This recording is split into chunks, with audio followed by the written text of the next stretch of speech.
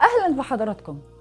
يوم 14 فبراير عام 2001 اليوم ده ما كانش عيد حب في مطار القاهرة، ده كان الحقيقة يوم الخديعة الكبرى في الوقت اللي كانت فيه النيابة العامة بتصدر قرار منع رجل الأعمال حاتم الهواري من السفر. كان هو بقى بيختم باسبوره في صالة كبار الزوار وبيطير للندن بمليار و200 مليون جنيه. ده رقم كان مرعب جدا، بس الكلام ده بمقاييس زمان يعني بيساوي اكتر من 350 مليون دولار كاش.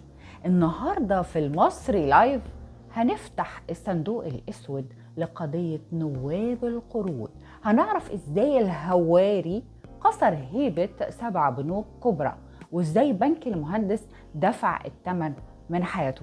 بعد الفاصل انتظروا.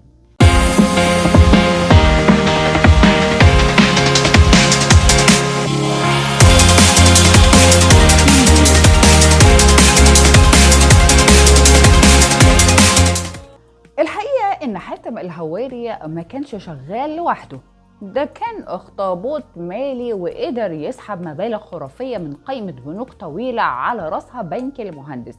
بنك المهندس ده كان الضحية الكبيرة جدا اللي أعلن إفلاسه بسبب حاتم الهواري والقروض الوهمية.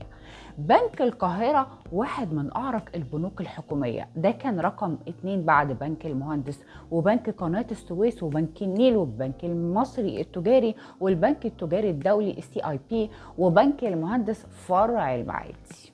الضمانات كانت ضمانات في الهواء، أراضي في طريق الإسماعيلية وكمان صدى الحجر بالشرقية قيمت ب50 ضعف قيمتها الحقيقية بفضل تقارير مضروبة.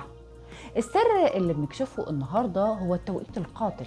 الهواري استغل ان مصلحة الجوازات كانت بتعتمد على الاشارات الورقية. القرار صدر بالليل والتحرك للمطار حصل الفجر، وبصفته كان عضو مجلس الشعب دخل المطار بجواز سفر دبلوماسي، وده خلاه بقى يعدي من غير تفتيش في السيستم اللي ما كانش لسه اتحدث.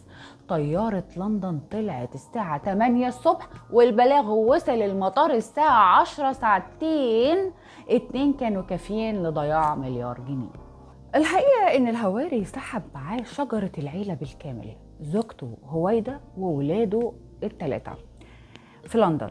أسسوا إمبراطورية وعاشوا في أرقى الأحياء، والأكثر من 10 سنين فضل الهواري ند للدولة، بيبعت المحامين بيتفاوضوا على تسويات مستفزة جدا، بيعرض أراضي صحراوية مقابل المليارات السائلة اللي سرقها.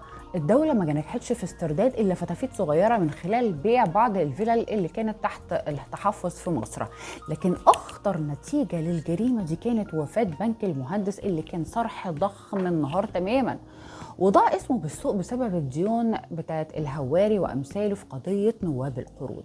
ولولا قرار الدولة بدمجه قسريا في بنك مصر سنة 2005 علشان تنقذ فلوس الناس، كانت هتحصل كارثة اجتماعية كبيرة واسم بنك المهندس اتمسح تماما من الوجود بسبب توقيع واحد وقروض وهمية. حاتم الهواري مات في لندن سنة 2011 وماتت معاه أسرار المليارات اللي ما رجعتش.